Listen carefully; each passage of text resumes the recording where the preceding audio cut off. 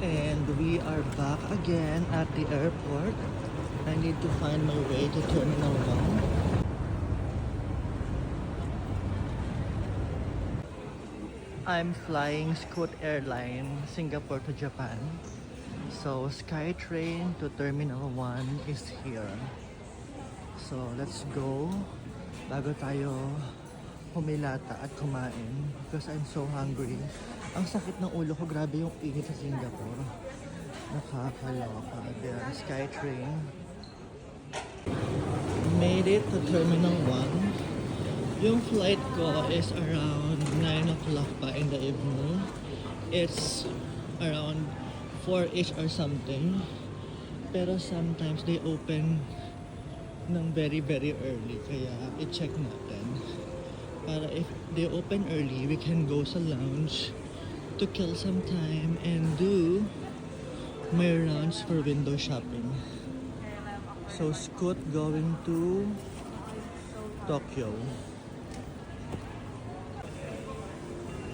Hindi ko makita yung flight ko. Let's go first to tax refund counter. So this is Terminal 1. Parang first time ko mag Terminal 1 in Changi. Usually I'm Terminal 2 or 3. Frequent flyer yan. Ang ganda nito.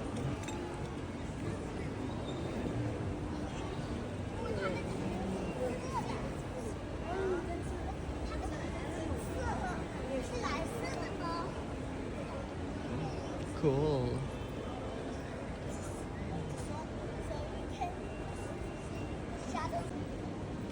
So I hope I can anong booking reference number? I can check in early para madrop yung luggage ko. So convenient, o diba? Then I will drop my baggage there and I can go in. One lang. Continue.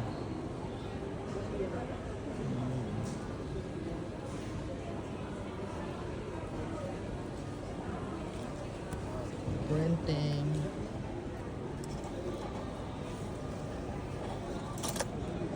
Ayun pala. Then my baggage tag will be here.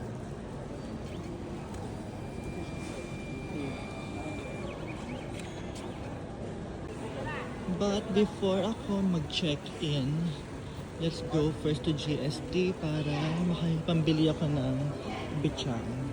And I have to re-weight my bag here. 20.74. Mukhang pasok naman sa bag. Compare.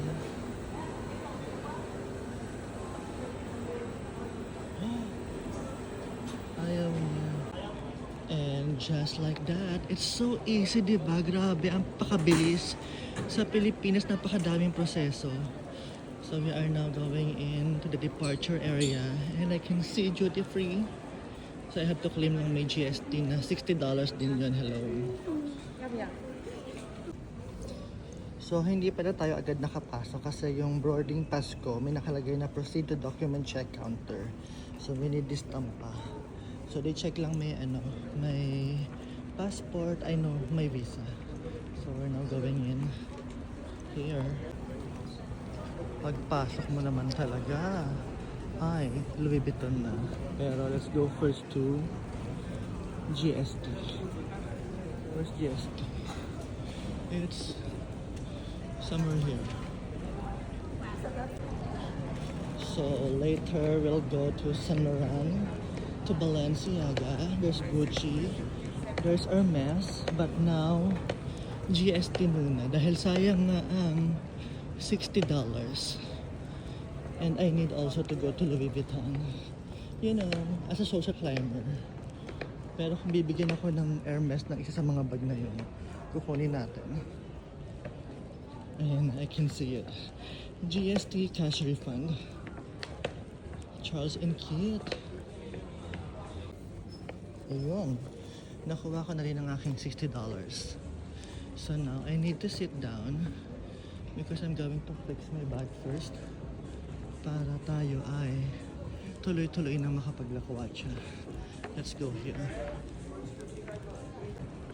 Sabi ko, upo ako. Pero may nakita ako. There's Prada, Stefano Mori, charot. There's iStudio. They have iPhone 17, which is so tempting, pero I still want to buy my iPhone sa Pilipinas. There's Lululemon. But first, let's go to Irvin's. I was like, don't fight. No, don't fight. I think the Irvin's on the other there. I can see it. I can now go to the lounge dahil na-secure ko na ang Irvin's. Pero, I need Bichang first para makapag-launch na tayo. There you go, my favorite jerky. The one I bought in Cape Town called Biltong is so salty. This one very Pinoy. Lasang tocino.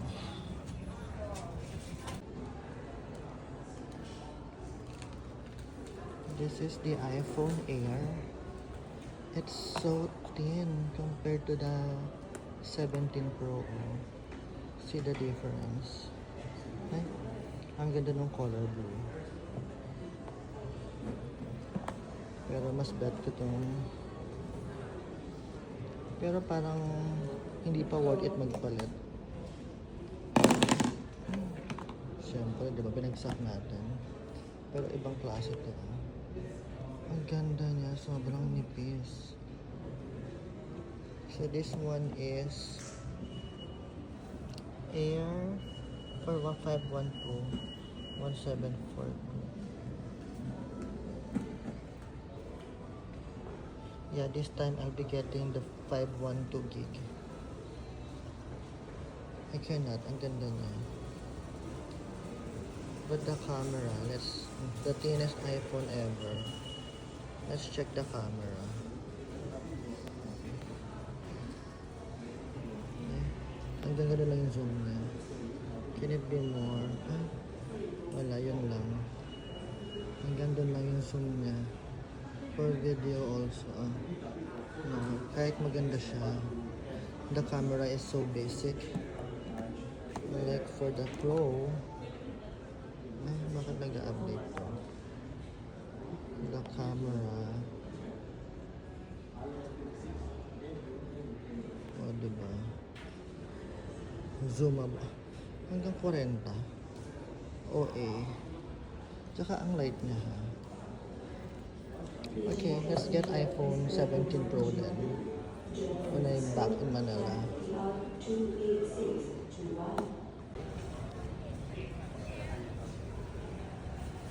Bakit walang Chanel sa airport ng Singapore? Last stop before we head to the lounge.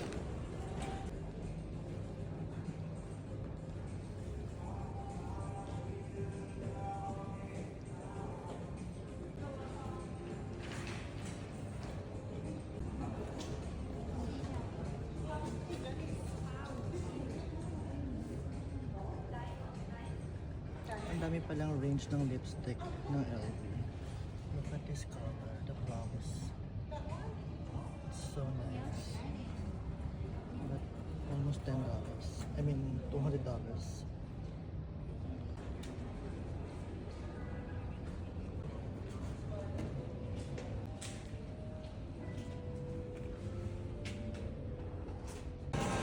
So, tama na ang pag-social climb.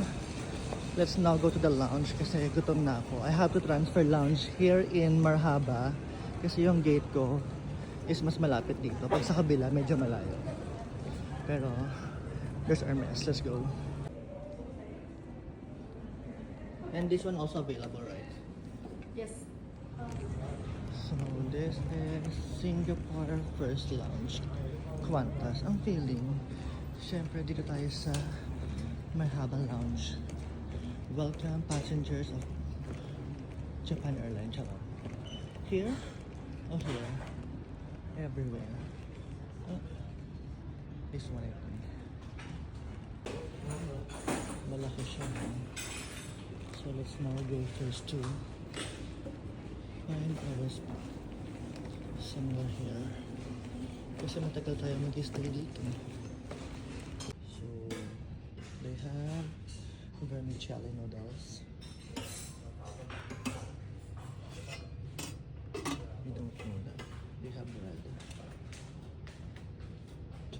soup. I think I'll get that. Fried fish. Okay. We have dal and chicken curry. Of course, they have rice. They have pasta. So let's try this.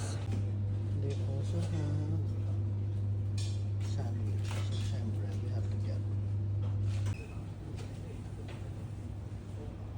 some desserts and then a chocolate cake and ice cream. Of course, my favorite apple juice, Sprite, some coffee. So round one, I get a pasta bolognese na sobrang dry and tuna sandwich with my favorite apple juice. It's 5:30 pa lang.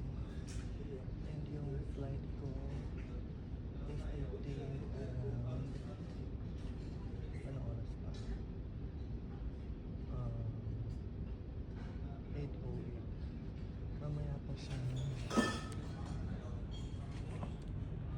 10 something. Hindi ko makita yung flight ko. Bakit wala?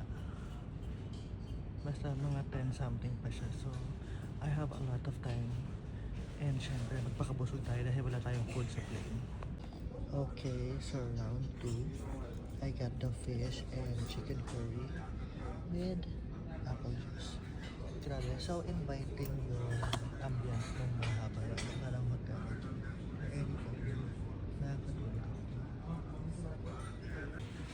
Let's now take a shower bago tayo mag-dinner. It's a big shower area, so they gave me a towel. You have your bowl here.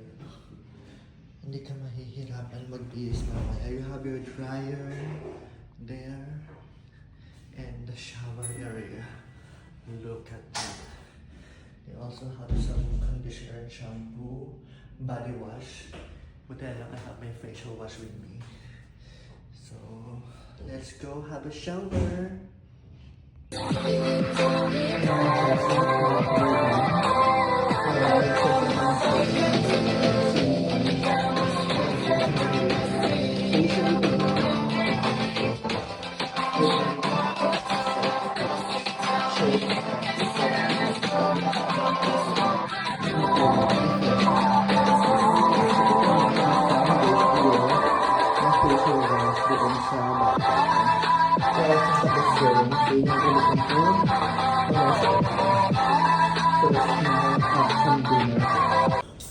So this is dinner, round 3, lemon Sprite. So to cap off the night, cafe mocha and my oriental coffee na egg tart. I am so full. Let's now go to the gate, pero daan muna tayo ng Balenciaga. Look at this classic motorcycle. And in this orange color, oh my goodness, I'm gonna die. This is so nice. Look at this one. One of my dream bag in suede, oh my goodness.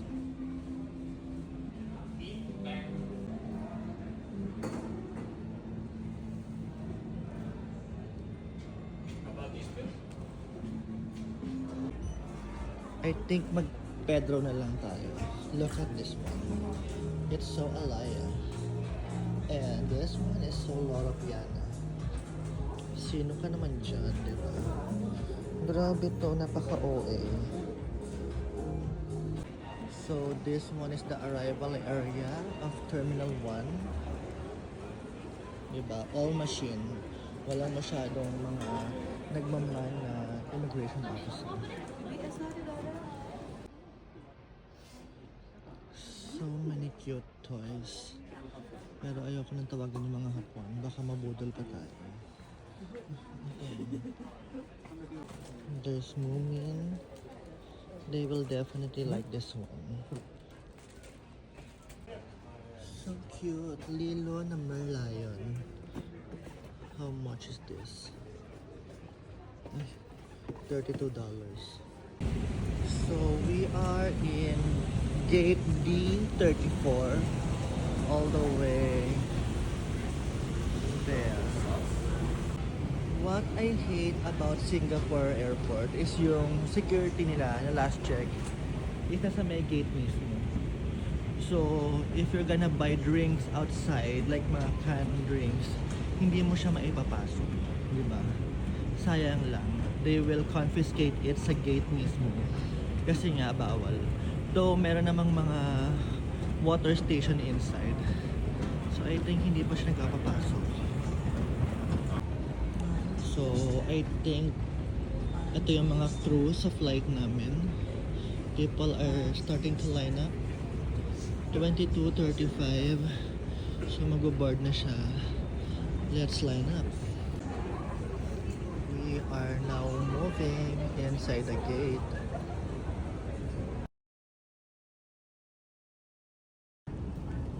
Now heading to the plane.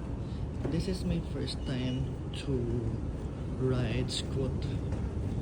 So I hope medyo maluwag yung kanyang legroom at comfortable yung seat. Like the Indigo, grabe, ang luwag ng legroom. Kasi yung Cebu Pacific, saktong-sakto lang.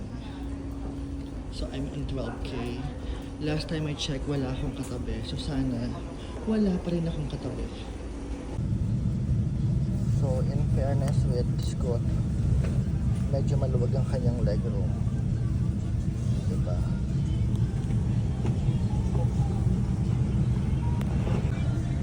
So medyo mainit pa sa loob ng plane. I really hope na wala kaming katabi. Medyo failed tayo for this flight dahil may umupo in between. Mainit.